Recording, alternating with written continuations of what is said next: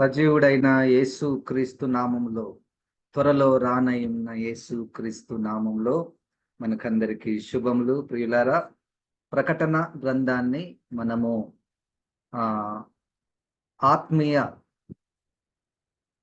ఆబ్జెక్టివ్తో, అంటే మనము వ్యక్తిగతంగా, కుటుంబంగా, సంఘంగా, ఆత్మీయంగా ఎదుగుటకు, క్రీస్తు రాకడ కొరకు సిద్ధపడుటకు అనే ముఖ్యమైనటువంటి గురితో మనము ఈ ప్రకటన గ్రంథాన్ని ధ్యానం చేయుట మనం ప్రారంభించాము. ప్రకటన గ్రంథాన్ని ధ్యానం చేయుటలో అనేక కోణాలు ఈ ప్రకటన గ్రంథాన్ని ధ్యానం చేయవచ్చును. ఎంతో మంది బైబిల్ పండితులు ఈ యొక్క ప్రకటన గ్రంథం మీద బోధించారు. మరియు ఎంతో సాహిత్యము, మనకు క్రైస్తవ సాహిత్యము ఈ ప్రకటన గ్రంథం మీద మనకు దొరుకుతుంది. అయినప్పటికీ మనము ప్రభువు నడిపించిన రీతిగా ఈ ప్రకటన గ్రంథాన్ని ధ్యానం చేస్తూ, మనకు వీలైతే అవకాశం ఉన్నటువంటి వారందరం కూడా ఇంకా ఆ సాహిత్యం కానీ మంచి మంచి బైబిల్ పండితులు వారి నుంచి కూడా మనం అనేకమైనటువంటివి మనం నేర్చుకొనవచ్చును. అయితే మనము ఈ ప్రకటన గ్రంథాన్ని అంశాల వారీగా ధ్యానం చేయుట ప్రారంభించాము. దాని తర్వాత రెండవ దశలో కామెంటరీ, అంటే ఒక వచనం తర్వాత ఇంకొక వచనము, మొదటి అధ్యాయం నుండి చివరి వరకు, అది రెండవ దశలో మనము ఆ విధంగా ప్రభు సహాయం చేసిన కొలది దాన్ని చేయడానికి మనము పూనుకుందాము. ఇప్పటికు మనము ప్రకటన గ్రంథంలో ఒక పెద్ద అంశాన్ని ఎన్నుకున్నాము.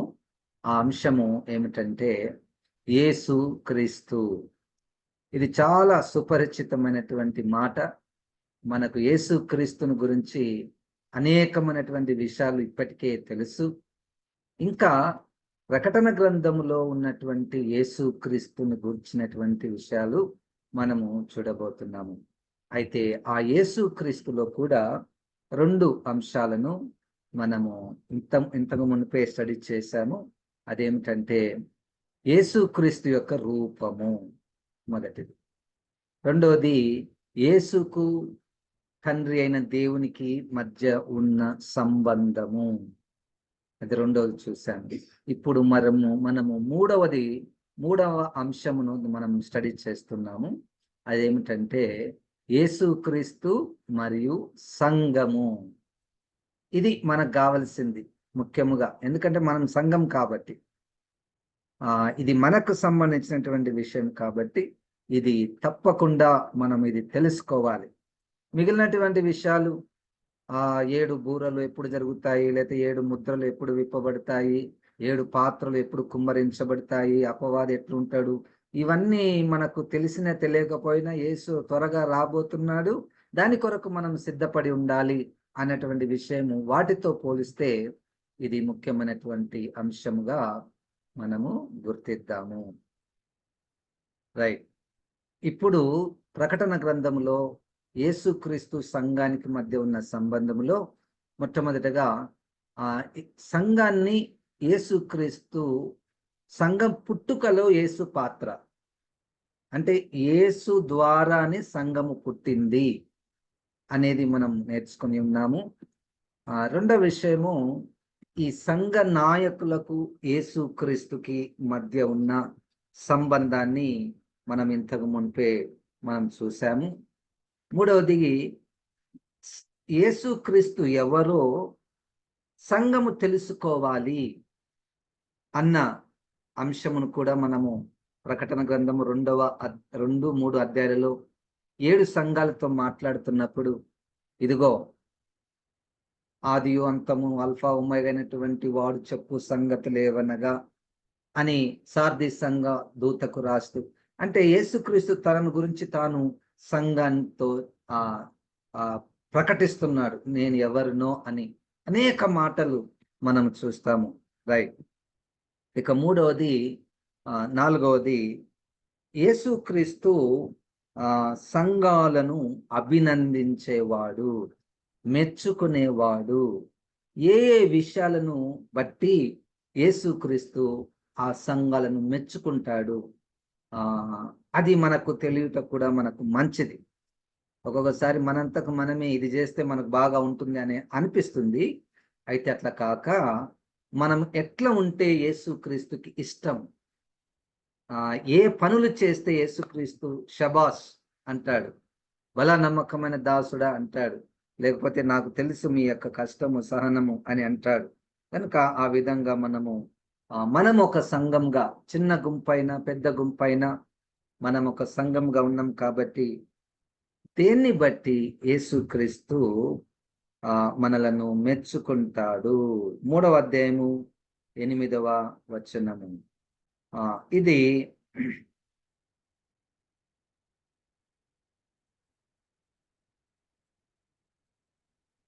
ఫిలదెల్ఫియా సంఘం గురించి ఒక అప్రిసియేషన్.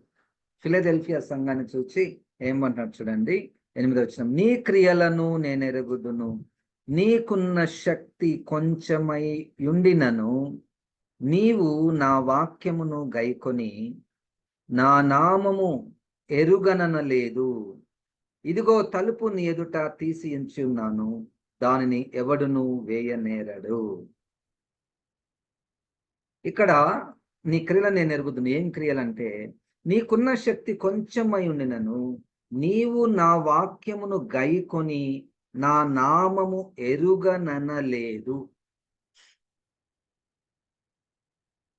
వాక్యాన్ని అనుసరించాలి, గైకొనాలి అంటే దానికి కొంచెం మనకు సిద్ధపాటు, కొంచెం శక్తి ఉండాలి.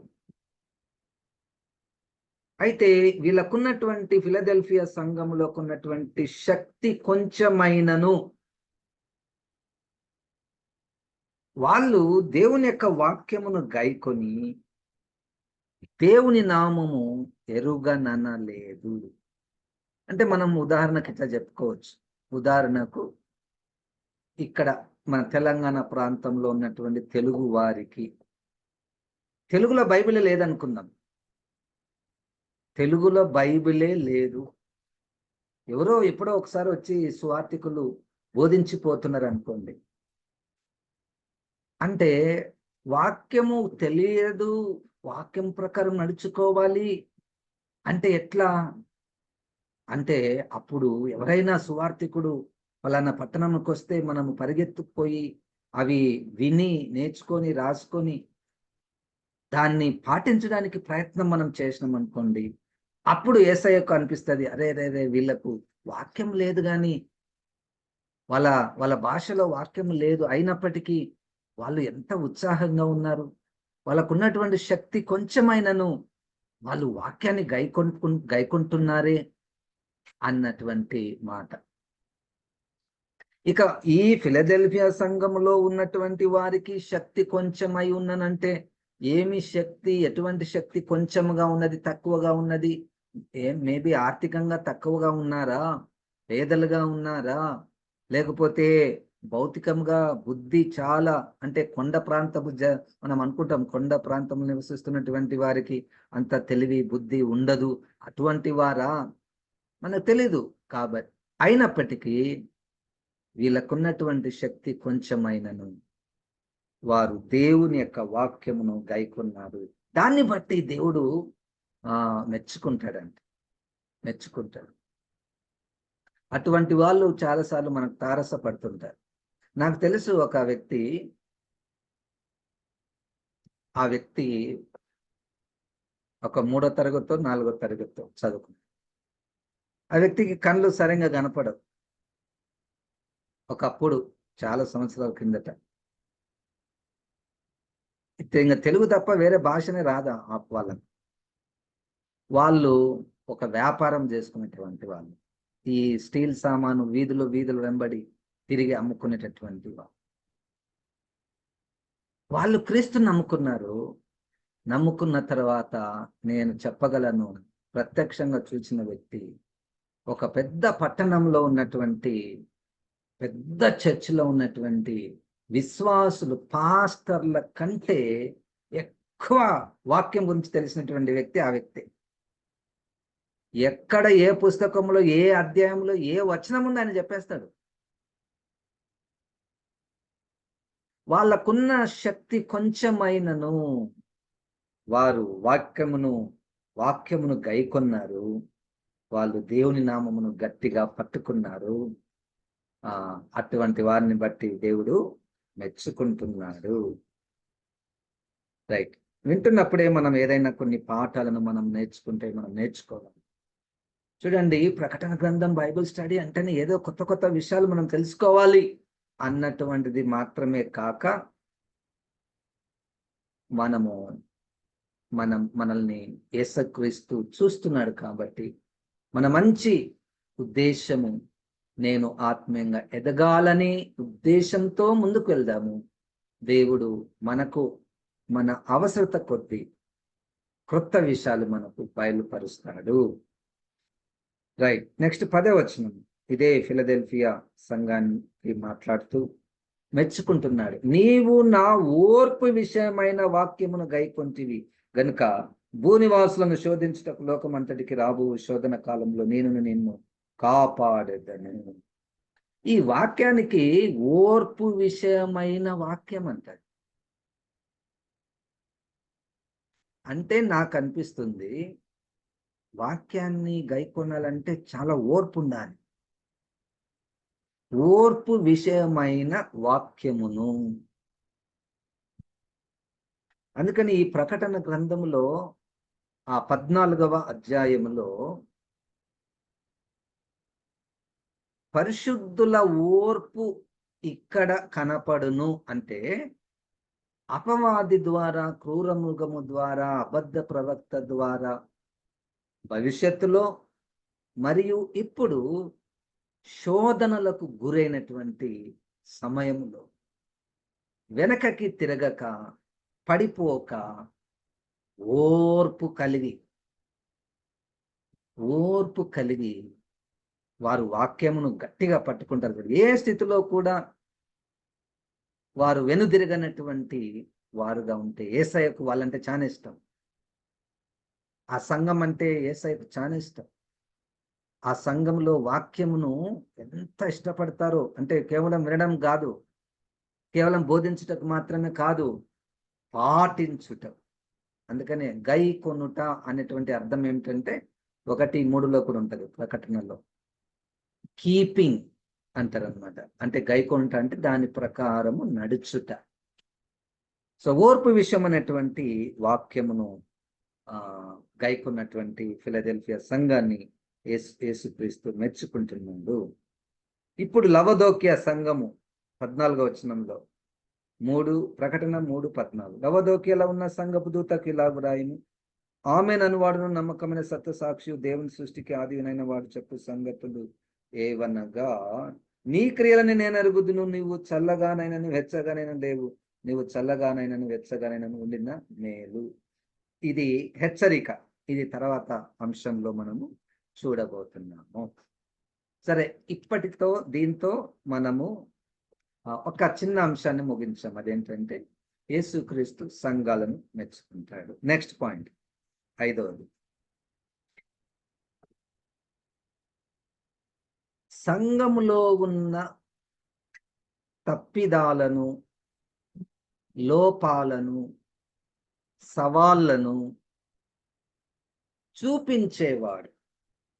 ఇంతకుముందు మెచ్చుకున్నవాడు అన్నాం కదా. ఏవి మంచి ఉన్నాయో మెచ్చుకుంటాం, ఏవి లేవో అవి కూడా యేసయ్య చెప్తాడు. ఇదే మనకు కొంచెం ఇబ్బంది. మనము జనరల్గా మనల్ని ఎవరైనా మెచ్చుకోవడానికి మనం ఇష్టపడతాం.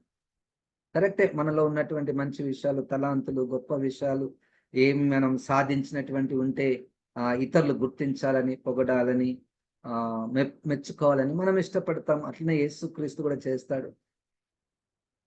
అయితే యేసుక్రీస్తులో మనలో లోపాలను, తప్పిదాలను చూపించేవాడు. యేసుక్రీస్తు అటువంటి వాడు కాదు. యేసుక్రీస్తు మన అంటే మనం ఎప్పుడు ఒక ఒక వచనం గుర్తుకొస్తుంటది మత్తయి సువార్తలో, మీ కంటిలో దూలం పెట్టుకొని ఇతరుల కంటిలో ఉన్నటువంటి నలుసులను మీరు చూడడానికి ఎందుకు ప్రయత్నం చేస్తున్నారు? యేసుక్రీస్తు మన లోపాలను అంతగా పట్టించుకోడు అన్నటువంటి భావనలో చాలా మంది ఉంటారు. అది మనకు మంచిదే. మన లోపాలను, మనలో ఉన్నటువంటి కొన్ని వెనకబాటుతనాన్ని మనకు చూపించుట మనకు మంచిది. దాన్ని అంగీకరించాలి. యేసుక్రీస్తు ఇప్పుడు కూడా మన లోపాలను చూపిస్తాడు. ఎట్లా చూపిస్తాడు? అద్దము వంటి వాక్యం. అద్దము వంటి వాక్యం.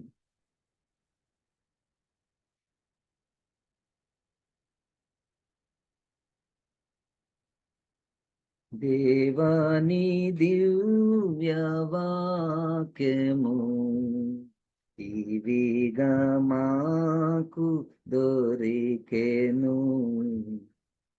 దేవాని దివ్య వాక్యము ఇవిగా మాకు దొరికెను. అది ఒక మంచి పాట, ఒక వచనం ఉంది దాంట్లో. అద్దము వంటి వాక్యము, తేనె వంటి వాక్యము అని మంచి పాట అది. కనుక అద్దము వంటి వాక్యం అంటే అద్దము వంటి ఆ వాక్యాన్ని మనము కలిగినప్పుడు మన లోపల ఉన్నటువంటి విషయాలు, మనలో ఉన్నటువంటి లోపాలు మనకు కనబడతాయి. రైట్. 2వ అధ్యాయము ప్రకటన గ్రంథము 4వ వచనం. లోపాలు. ఆ సంఘాలతో మాట్లాడుతున్నప్పుడు ఏదైనా లోపాలు చూపించినప్పుడు మనము ఆ లోపాలను కూడా సరి చేసుకోవడానికి ప్రయత్నం మనము చేద్దాము. 4వ వచనం. అయినను మొదట నీకుండిన ప్రేమను నువ్వు వదలితివని నేను నీ మీద తప్పు ఒకటి మోపవలసి ఉన్నది. ఏం తప్పుంది? ఎఫెసు సంఘములో అన్ని బాగానే ఉన్నాయి కదా, అన్ని మెచ్చుకున్నాడు కదా. ఒకానొక సందర్భంలో నేను ఈ ఎఫెసు సంఘం గురించి బోధిస్తూ, అంటే నాకు ఒక తలంపు, ఈ సంఘానికి యేసుక్రీస్తు 99 మార్కులు వేశాడు. ఎందుకు 99 అన్నానంటే,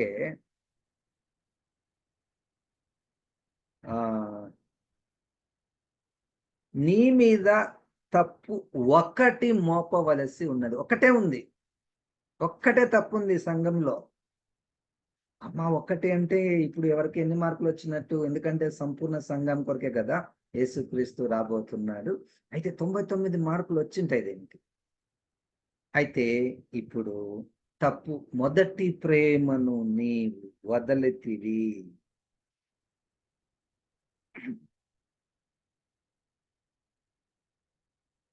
ఈ మొదటి ప్రేమ వదిలితివి అంటే ఏంటి సార్? ఇప్పుడు నేను వ్యాఖ్యానం చేయాలి. వ్యాఖ్యానం ఒక మాట చెప్పి నేను ముందుకు వెళ్తాను, ఎందుకంటే ఇది ప్రసంగం కాదు కాబట్టి. నేను అర్థం చేసుకున్నది 2 అర్థాలు. మొదటి ప్రేమను వదిలితివంటే యాక్చువల్గా ఈ ఎఫెసు అన్నటువంటి సంఘము ఇంతకు మునిపే ఉన్నది. ఎఫెసీయులకు రాసిన పత్రిక. ఎఫెసీయులకు రాసినటువంటి పత్రికలో ఎఫెసీ యొక్క సంఘము యొక్క ఉన్నతమైనటువంటి విలువలను వాళ్ళు కలిగి ఉన్నారు. ఆ ఉన్నతమైనటువంటి విలువలను క్రియలు అన్నాడు ఇక్కడ. అందుకని యేసుక్రీస్తు నీ క్రియలను నేను ఎరుగుదును, నీ సహనమును నేను ఎరుగుదును.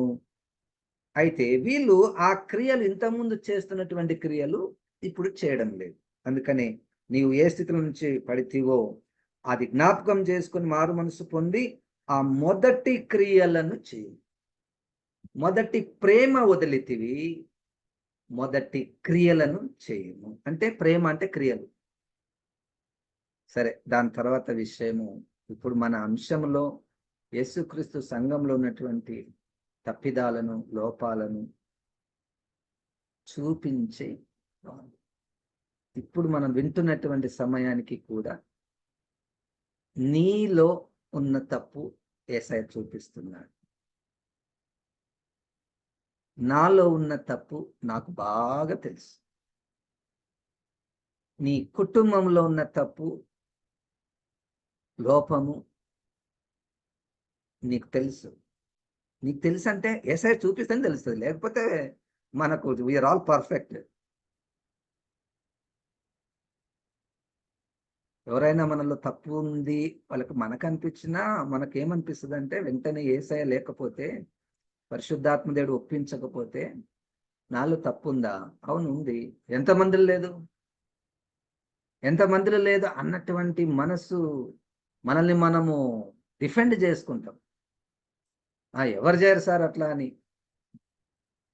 అది యేసు ఆత్మ ఉన్నదనుకో, వాళ్ళ గురించి నాకైతే తెలియదు కానీ నాలో మాత్రం తప్పు ఉంది. నీ సంఘంలో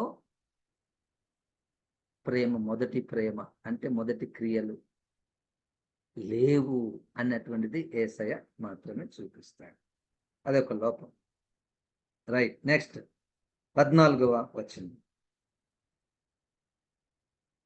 అంటే ప్రకటన గ్రంథము 2వ అధ్యాయము,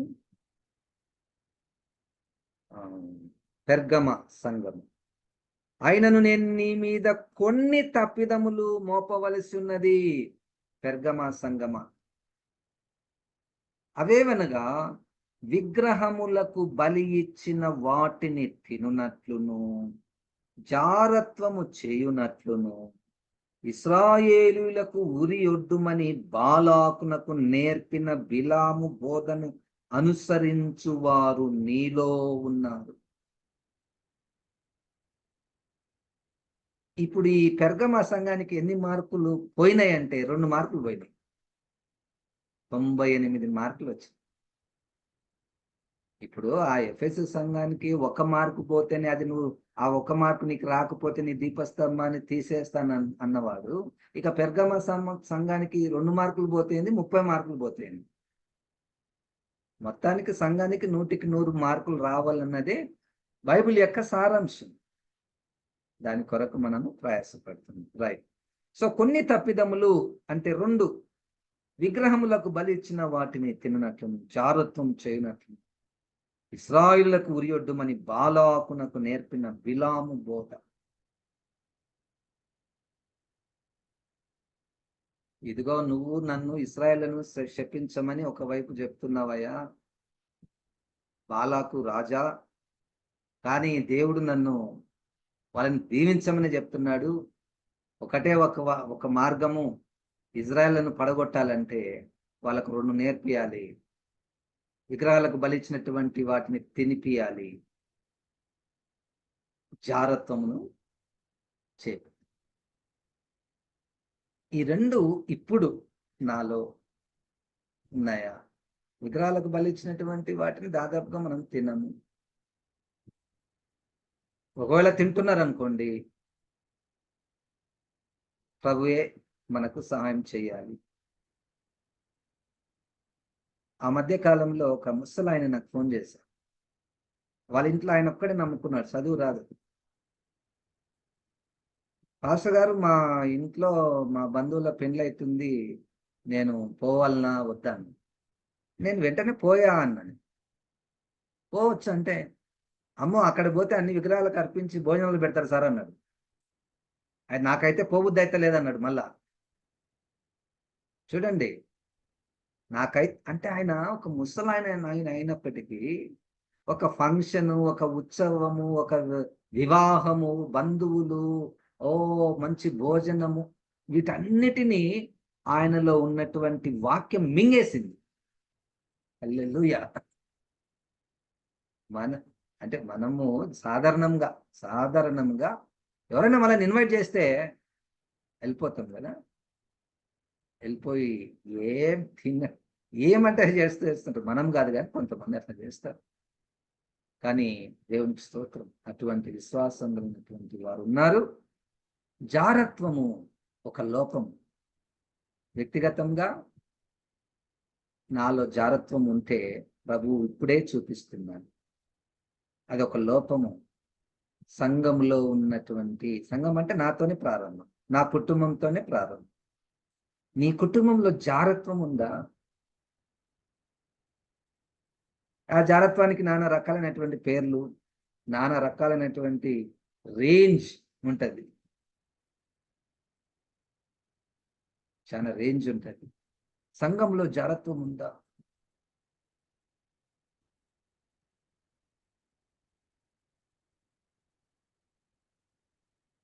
సంఘంలో జారత్వం. ఒక సంఘంలో ఆయన సంఘ పెద్ద ఉండొద్దని. ఎందుకు ఉండొద్దంటే ఆయనకు 3 పెళ్లిళ్ళు చేసుకున్నారు సార్. అంటే ఆయన అప్పటికి ఉన్నాడు. సంఘంలో 3 అంటే భార్య చనిపోయిన తర్వాత కాదు, భార్యలు ఉన్నప్పుడే ఇటువంటి కార్యాలు చేసినటువంటి వారు సంఘములో ఉంటే ప్రభు ఇప్పుడు వారితో మాట్లాడునుగా.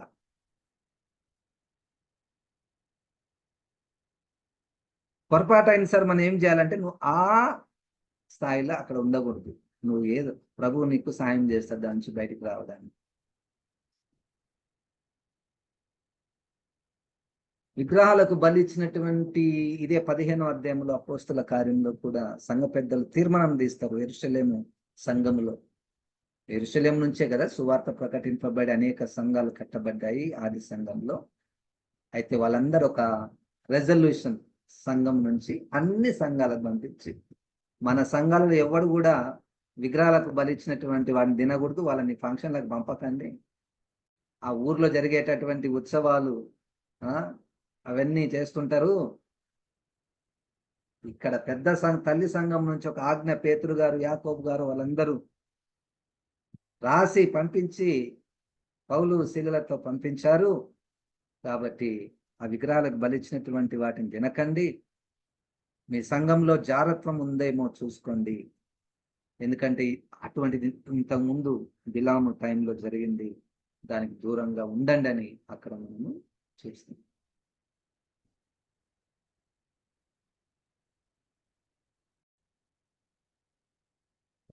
గ్రంథాన్ని మనము అంశాల వారిగా ధ్యానం చేస్తున్నాము. ఇప్పుడు మనం ధ్యానించినటువంటి అంశము యేసుక్రీస్తు సంఘము. దీనిని చిన్న చిన్న అంశాలుగా మనం చేసుకొని ధ్యానించబోతున్నాము. దీంట్లో చివరిలో అంటే ఇప్పుడైతే సంఘాన్ని ఎవరు ప్రారంభించారు, సంఘ నాయకులకు యేసుక్రీస్తుకు మధ్య ఉన్న సంబంధం ఏమిటి, సంఘాన్ని ఏ ఏ విషయంలో యేసుక్రీస్తు మెచ్చుకుంటాడు, సంఘములో ఉన్నటువంటి లోపాలు ఏంటివి, సంఘ లోపాలను నువ్వు మళ్ళా అధిగమించాలని ఆయన ప్రోత్సహించేవాడు, ఇవన్నీ చేసినటువంటి వారికి బహుమానాలను ఇచ్చువాడు. మరియు ఈ సంఘాన్ని యేసుక్రీస్తు ఎప్పుడు తీసుకొని వెళ్తాడు, 1000 ఏళ్ల పరిపాలనలో సంఘం ఎలా ఉంటుంది, 1000 ఏళ్ల పరిపాలన తర్వాత సంఘ పరిస్థితి ఏమిటి, సంఘం ఎత్తబడిన తర్వాత భూమి మీద కూడా ఇంకా ఏదైనా సంఘం ఉంటుందా, ఇవన్నీ రాబోయే దినములలో మనము స్టడీ చేయబోతున్నాం. ఇది ముఖ్యమైనటువంటి అంశం. ఇవన్నీ మనం స్టడీ చేయబోతున్నాము.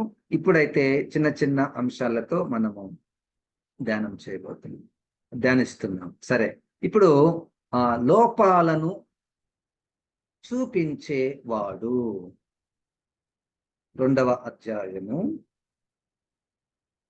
15వ వచనము. అటువలనే నికోలాయుతుల బోధన అనుసరించు వారును నీలో ఉన్నారు. ఇంతకుముందే నేను చెప్పాను, అంటే ఇది ఒక లోపం ఈ సంఘంలో. ఏ సంఘంలో?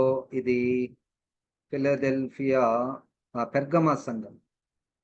పెర్గమా సంఘములో నికోలాయుతుల బోధను అనుసరించు వారు ఉన్నారు.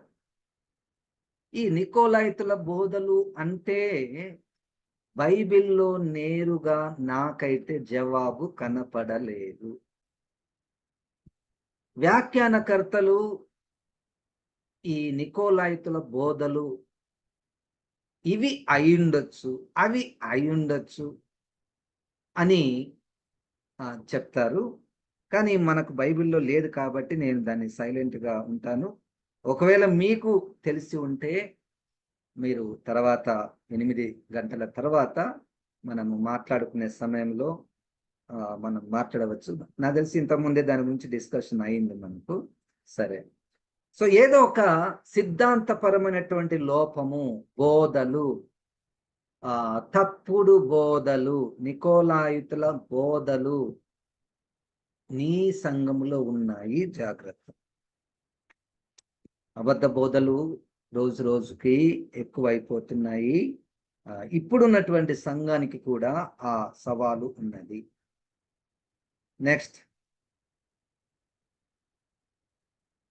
2వ అధ్యాయము ప్రకటన గ్రంథము 20వ వచనం.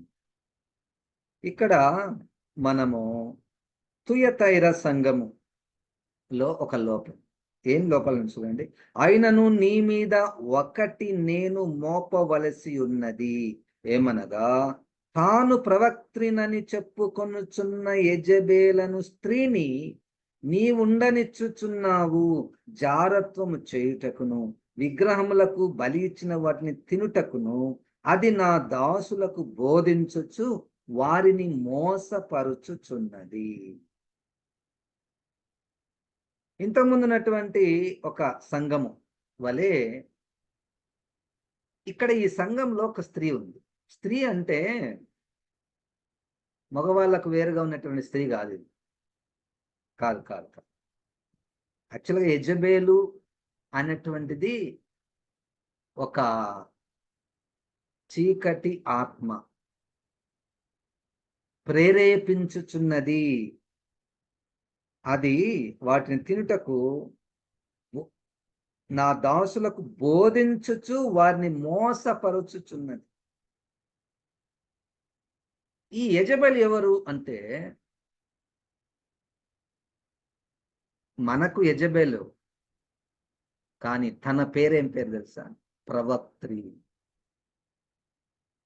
మనం యెజెబెల్ అంటాం, తాను యెజెబెల్ అను నేను ఎవరినో దురాత్మను కాదు, నేను కూడా ఒక ప్రవక్త్రిని, నేను కూడా ఒక సేవకురాలిని.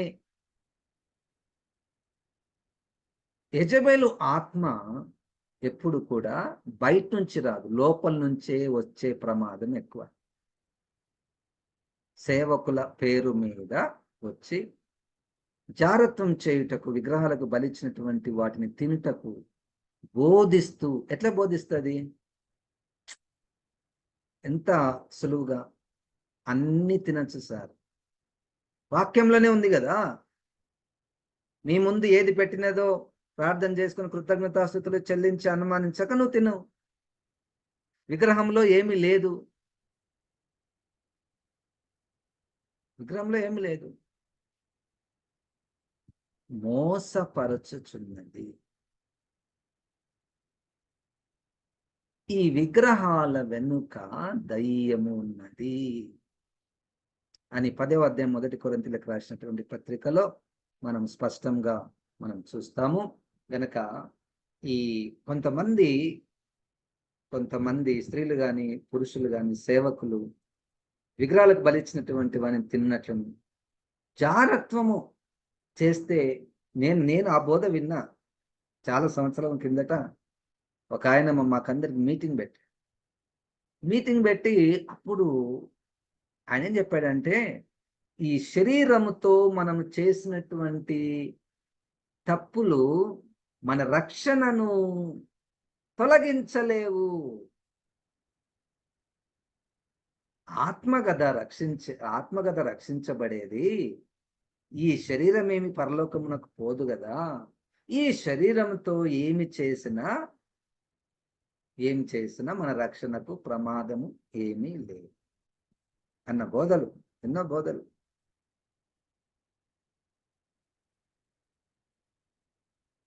ఈ హైదరాబాద్ పట్టణంలో కూడా ఒక సాతాను సంఘం ఉంది. బహు జాగ్రత్తగా ఉండాలి. ఆ కల్చర్ వచ్చేసింది కనుక అది ఒక లోపము. అయ్యా తుయతైర సంఘమా, అది ఒక లోపము నీలో ఉన్నది. 3వ అధ్యాయం ప్రకటన అంటే ఇప్పుడు మనం సంఘంలో ఉన్నటువంటి లోపాలను యేసుక్రీస్తు ఎత్తి చూపిస్తాడు. ఎట్లా చూపిస్తాడు సార్? మరి ఇప్పుడు ఉందాము మా సంఘాలకు ఎట్లా చూపిస్తాడంటే, మనం వాక్యం చదువుతున్నప్పుడన్నా మనకు గుర్తు చేస్తాడు. లేకపోతే ఎవరైనా పెద్దలు, బోధకులు, సేవకులు వాక్యం చెప్పినప్పుడు ఇదిగో నీలో ఇది ఉంది అని చెప్పినప్పుడు ప్రభువే మన లోపలను చూపిస్తున్నాడు అని అనుకోవాలి. అంతేగాని ఈయనకేం పని నా మీద, నా గురించి ఈయనకెందుకు, అసలు నా గురించి వీళ్ళకెందుకు, నేను ఎట్లా పోతే, నేను వాక్యం చెప్పాయా, మీరు వాక్యం చెప్పిపోండి. నీకు మొదటి ప్రేమ లేదు, నీలో తప్పుడు బోధలు ఉన్నాయి, జారత్వం ఉంది, విగ్రహాలకు బలిచ్చినటువంటి వాటిని కొంతమంది తింటున్నారు, మీరు తినకూడదు. ఇవన్నీ మాకెందుకు చెప్తారు మీరు? యేసయ్య ఎఫెసీ 4:12-13 ప్రకారం ఈ సేవకులను ఎన్నుకుని మన దగ్గరికి పంపించాడు. ఎవరైనా సేవకుడు మన తప్పిదాలను మనకు చూపిస్తే యేసుక్రీస్తు ద్వారానే వచ్చాడు ఆయన. మనము దాన్ని అంగీకరించి సరి చేసుకోవడానికి ప్రయత్నం చేయాలి. అది దావీదు గారి ద్వారా మనం బాగా నేర్చుకోవాలి. రాజు తప్పు చేస్తే, చిన్న ప్రవక్త నాతాను ప్రవక్త పెద్ద పరిచర్య చేసినటువంటిది కూడా ఏం లేదు, నాతాను గారు తప్పిదం చూపిస్తే అవును కరెక్టే అని. అది కనుక మన పెద్దలు కానీ మన తల్లిదండ్రులు కానీ తప్పిదాలు చూపిస్తే అది మనకు మంచిది. 3వ అధ్యాయము 1-2 వచనాలు. సార్దీస్‌లో ఉన్న సంఘపు దూతకు ఇలాగ రాయుము, 7 నక్షత్రములను దేవుని 7 ఆత్మలను కలిగిన వాడు చెప్పు సంగతులు ఏమనగా, నీ క్రియలు నేను ఎరుగుదును. ఏమనగా, జీవించుచున్నావన్న పేరు మాత్రం ఉన్నది కానీ నీవు మృతుడవే. ఎంత కఠినమైనటువంటి మాట వేస్తాను. సార్దీస్ సంఘం, జీవించుచున్నావన్న పేరు మాత్రం ఉంది కానీ నువ్వు మృతుడవే. లోపము, ఎంత లోపం ఇది, పెద్ద లోపం ఇది, చిన్నది కాదు ఇది. ఒక సంఘమే ఇక లాస్ట్ లో కొద్దిగా ఉందంట, మొత్తం 99% అవుట్. ఇది ఏసై చెప్తున్నాడు ఆ సంఘాన్ని గురించి. అందుకనే 2వ వచనం, నీ క్రియలు నా దేవుని ఎదుట సంపూర్ణమైనవిగా నాకు కనబడలేదు గనుక జాగరూకుడవై చావనయ్యున్న మిగిలిన వాటిని బలపరుచుము.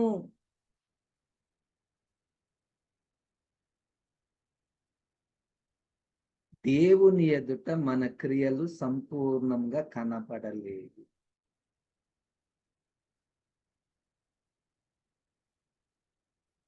How do you rate your Christian life? How do you rate the faith preparation of our church? ఎన్ని మార్కులు వేసుకుందాం మన సంఘానికి? ఎట్లా వేయాలి సార్ మన సంఘానికి మార్కులు? ఎట్లా వేయాలి? దేవుని ఎదుట సంపూర్ణంగా కనపడ, దేవుని ఎదుట.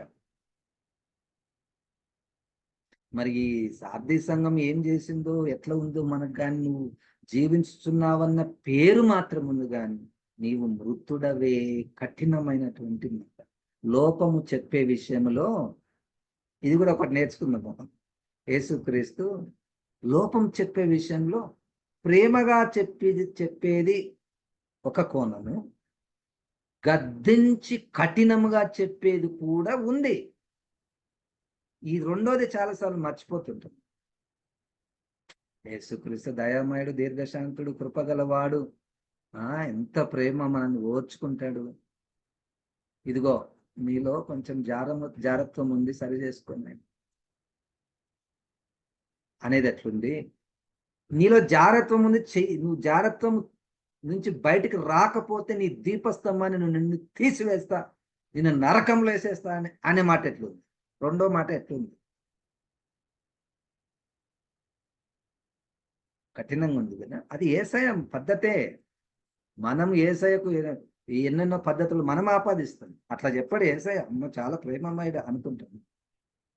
అది కూడా ఉంది, ప్రేమగా చెప్పేది ఉంది, గద్దించి భయపెట్టి నరకంలో వేస్తా అన్న హెచ్చరిక కూడా చేసేది ఉంది. జీవించుచున్నావన్న పేరు మాత్రమే, కానీ నీవు మృతుడవే. నీ క్రియలు నా దేవుని ఎదుట సంపూర్ణమైనవిగా నాకు కనబడలేదు. ఇది చాలా కష్టం సార్.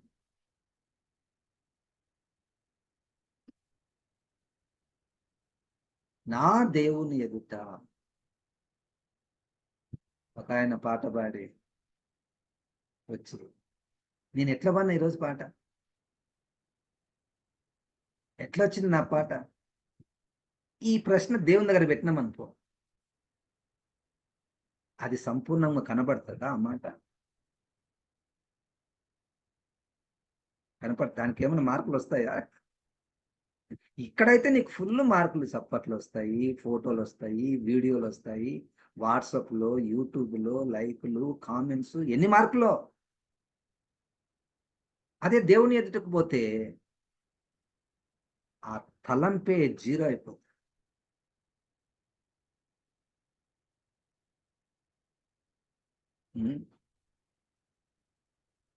యేసుక్రీస్తు అప్పుడు కాదు, 7 సంఘాలకు కాదు, ఇప్పుడు కూడా అదే యేసుక్రీస్తు ఉన్నారు మన సంఘాలలో ఉన్నటువంటి, మనలో ఉన్నటువంటి. ఇదేదో ఇతరులను విమర్శించుట కాదు, కానీ ఇది యేసుక్రీస్తు వాక్య పద్ధతి, లోపాలను చూపించే పద్ధతి.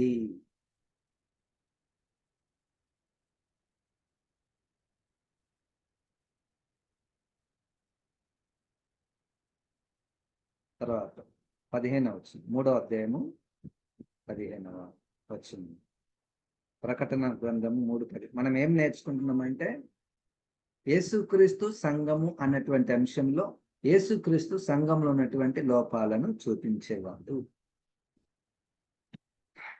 ఇప్పుడు లవదోకే సంఘం 15వ వచనంలో, నీ క్రియలను నేను ఎరుగుదును, నీవు చల్లగానైనను వెచ్చగానైనను లేవు. నీవు చల్లగానైనను వెచ్చగానైనను ఉండిన మేలు.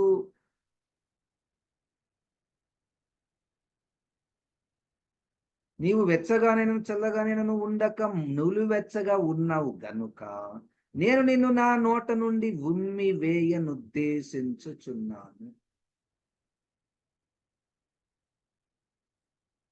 ఇప్పుడు వీళ్ళకి మార్కులు వేసేసింది. ఏంటి అంటే నులివెచ్చని జీవితం.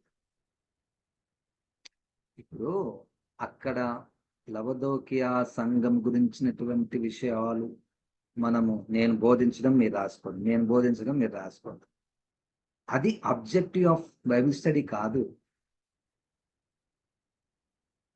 అది మన గురి కాదు.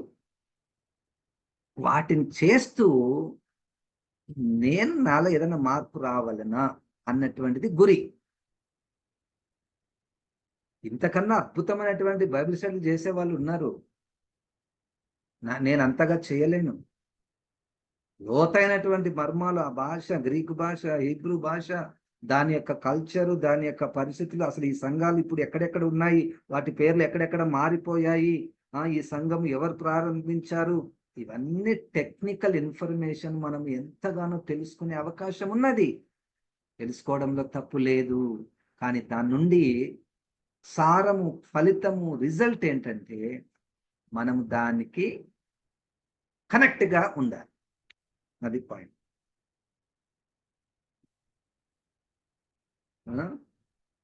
నీవు చల్లగానైనను లేవు, వెచ్చగానైనను లేవు. నీవు చల్లగానైనను వెచ్చగానైనా ఉండిన కదా మీరు. నాకు అనిపించింది, చల్లగానైనను వెచ్చగానైనా ఉండిన ఏదన్నా ఒకటి ఉంటే మేలు అన్నాడు. అప్ప, ఏదన్నా ఒకటి అంటే మరి చల్లగుంటే అయిపోతుంది కదా. ఇది నా భాష్యం, నాకు తెలీదు అసలు చల్లగా నైనను వెచ్చగా నైనను ఉండాలి అంటే ఏంటి సార్ అంటే, ఇక్కడైతే నాకు దాని అర్థం కనపడలేదు, కానీ తర్వాత మీరు ఎవరికైనా తెలిస్తే చెప్పండి.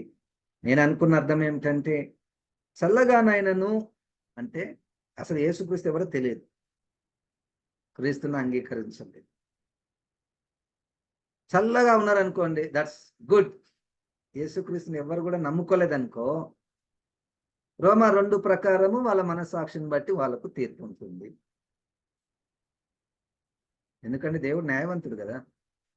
వెచ్చగానైనను అంటే నేను అనుకుంటున్నాను, యేసుక్రీస్తుని అంగీకరించి టాప్ లో ఉంటారు వాళ్ళు. ఇంకా యేసుక్రీస్తు రాకడ కొరకు సిద్ధపాటు, పరిశుద్ధత, నీతి కొరకు పోరాటం, ఎవ్రీడే పోరాటం. నులివెచ్చని అంటే మనం ఏమంటారు దాన్ని, నామినల్ క్రిస్టియన్స్ అంటారు, పేరుకు మాత్రము క్రైస్తవులు, వీళ్ళు ఇటు దూకుతారు అటు దూకుతారు అన్నట్టుగా మనం ఇంటర్ప్రిటేషన్ చేయొచ్చు. 16వ వచనం, నీవు వెచ్చగానైనను చల్లగానైనను ఉండక నులివెచ్చనగా ఉన్నావు గనుక నేను నిన్ను నా నోటి నుండి ఉమ్మివేయను ఉద్దేశించు. ఇంత కఠినమైన మాట. యేసయ్య నువ్వు ఇట్లా కూడా ఉమ్మేస్తావా? ఊహించుకున్నాం ఒకసారి యేసయ్య నోటితో ఒకరి మీద ఊసింది అనుకోండి, మా యేసయ్య నువ్వు ఇంత మంచోడు అనుకున్నాం మేము, నువ్వు ఇంత ప్రేమమయుడు, దయామయుడు, కనికరం గలవాడు, అందరిని క్షమించేవాడు, నువ్వు ఊస్తున్నావేంది? ఆ కోణం కూడా ఉంది. ఆ కోణం కూడా యేసయ్యలో ఉంది.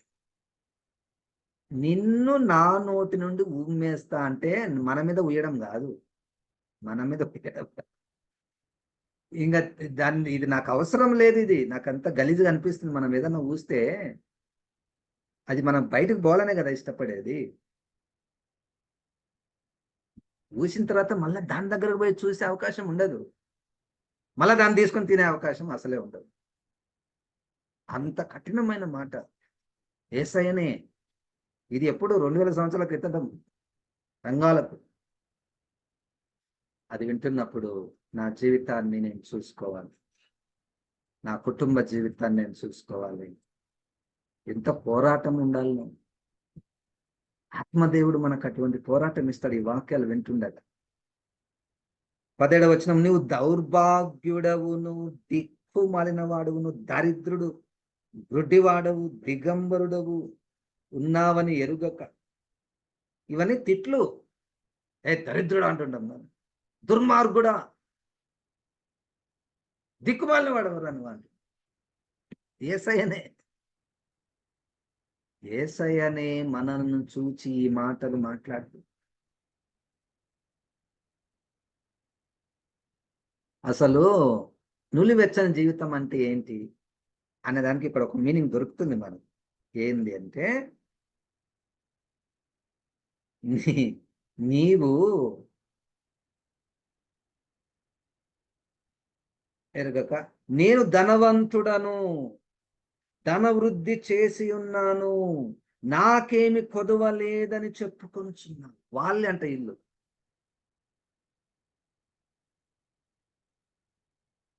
దరిద్రులు ఎవరు సార్? దిక్కుమాలిన వాళ్ళు ఎవరు అంటే, నేను ధనవృద్ధి చేసి ఉన్నాను, నాకేం కొదువ, మస్తు ధనం ఉంది, నాకేం కొదువ, నాకేమి కొదువ లేదని చెప్పుకొనుచున్నారు. See, somehow I see people, they want to identify that they are so rich. They want to proclaim to the people that they are rich. ప్రజలకు నేను ధనవంతుని అని ప్రొజెక్ట్ చేసుకునే వాళ్ళు కొంతమంది ప్రజలు అండి. ఏదో ఒక రీతిగా వాళ్ళ అపీరెన్స్లను, ఆభరణాలలోనూ, ఎక్కడైనా దాన ధర్మం చేస్తే బ్యానర్లు కట్టుకోవడంలోనూ, పబ్లిసిటీ చేసుకోవడంలోనూ, నాకేం కొదవయ్యా, ధనం వస్తుంది, ధనవృద్ధి చేసుకుని ఉన్నాను అన్న తలంపు దరిద్రుడు, గుడ్డివాడు, దిగంబరుడు అనేదానికి. నీవు ధనవృద్ధి నాకేం కొదవలేని నువ్వు అనుకుంటున్నావు. రైట్, ఇది లోపాలు. ఈ లాస్ట్లో లవదోక్య సంఘంతో లవదోక్యలో ఉన్నటువంటి లోపాలు ఇవన్నీ యేసుక్రీస్తు మనతో మాట్లాడుతున్నాడు. నీవు యాక్చువల్గా నేను ఒక దగ్గర చదివాను, లవదోక్య అనేటువంటి ప్రాంతం 2000 సంవత్సరాల క్రితము అది మంచి textile oriented city, town, textile business oriented town. అంటే అక్కడ ఎక్కువ బట్టలు తయారు చేసేవారు. కానీ వాళ్ళని చూసి నువ్వు దిగంబరుడు.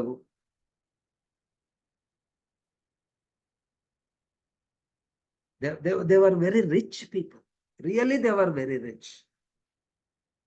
ధనం ఉంది, బట్టలు ఉన్నాయి, అండ్ వాళ్ళ దగ్గర మంచి కంటికి సంబంధించినటువంటి మందులు, ఐ ట్రీట్మెంట్ కొరకు వాడేటటువంటి మందులను తయారు చేసేది కూడా వాళ్ళ దగ్గర ఉందండి.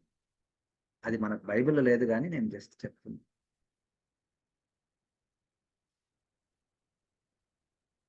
సో అవన్నీ ఉన్నప్పటికీ మరి ఏవి ఉండడం తప్పు కాదు, బట్టలు ఉండడం తప్పు కాదు, మందులు తీసుకోవడం తప్పు కాదు.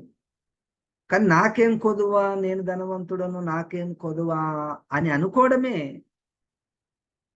నులివెచ్చని జీవితంగా మారిపోతుందండి. పరిశుద్ధాత్మ దేవుడు మనకు సహాయం చేయను. ఈరోజు సంఘంలో ఉన్నటువంటి లోపాలను మనము చూసాము. అంటే సంఘంలో, అంటే ఈ 2-3 అధ్యాయాలలో ఉన్నటువంటి 7 సంఘాలకు అప్పుడు యోహాను ద్వారా, ఉత్తరాల ద్వారా యేసయ్య చెప్పాడు. ఆ సంఘాలను మన ముందు ఇప్పుడు పెట్టి, మీరు కూడా సంఘస్థులే కదా, మీరు కూడా ఇవి తీసుకోండి. చాలా ఎంత బరువైనటువంటి సందేశము, సమాచారము ఇది. ఇట్లా చదివి వదిలిపెట్టేది కాదు. ఇది ఇక్కడనే యేసుక్రీస్తు ఉంటే ఒక్కొక్కరిని పట్టుకొని అడుగుతాడు, ఏంది ఇట్లా జీవిస్తున్నావు, ఇదిగో నీ లోపాలు ఇవి చూడని. అంటే ఎంత మంచి యేసయ్య తెలుసా. ఇప్పుడు లోపాలు చూపించాడు కదా, వెంటనే సరేలే ఇప్పుడు ఇంకొక టైం తీసుకో, కొంత టైం తీసుకో, అయిందేదో అయిపోయింది, మరలా నీకు ఒక అవకాశం. అది నెక్స్ట్ పాయింట్. అది మనం నెక్స్ట్ వీక్ మనం స్టడీ చేద్దాము. దేవుడు ఈ ధ్యానమును దీవించుగాక. ఆమేన్.